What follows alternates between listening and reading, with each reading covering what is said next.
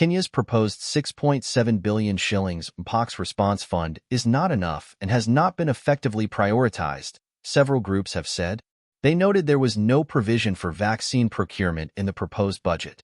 The groups, speaking in Nairobi, urged the government to refocus the allocation towards critical areas like vaccine procurement, advanced diagnostic tools, and community sensitization.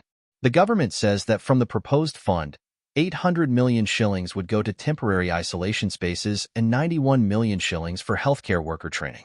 The remaining funds will be allocated to efforts such as screening, procurement of PPEs, and community-based surveillance. Mpox could follow the same path as COVID-19. The reported 5 cases today could turn into thousands, just like one COVID case led to more than 300,000 infections and nearly 6,000 deaths. We must act now before it's too late, said Dr. Samuel Kinyanjui, Country Program Director at AHF Kenya. He spoke at a media briefing in Nairobi. However, the World Health Organization has many times said regardless of the strain, Mpox is not comparable to COVID, as authorities know how to control its spread. Public Health PS Mary Muthoni said Kenya has confirmed only 5 Mpox cases, 1 each in Taita Taveta, Bija, Nairobi, Mombasa, and Nakuru. Every patient has since recovered. Muthoni said the Ministry of Health, in partnership with county governments and key stakeholders, is actively strengthening preparedness measures at all border points to bolster Kenya's public health defenses. Our borders are the front line in preventing the spread of diseases. Early detection, swift containment, and seamless coordination between agencies are key to managing public health threats like Mpox, she said recently when she visited Namanga border. Of the allocated 6.7 billion shillings, 10 million shillings has been earmarked for screening at border points.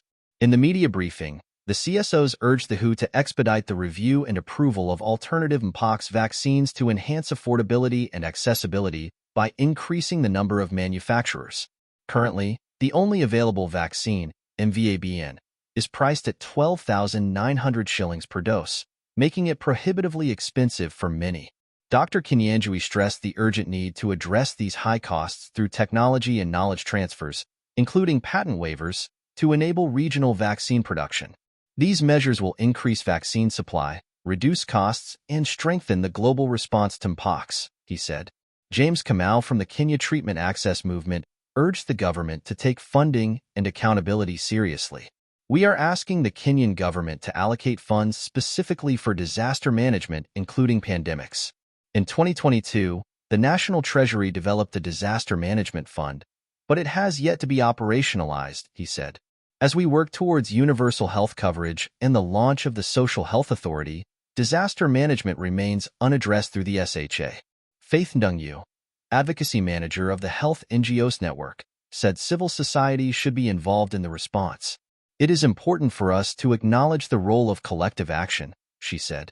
As civil society and communities, we are crucial in prevention, referrals, and sensitization, and we urge the Ministry of Health to empower us in these efforts.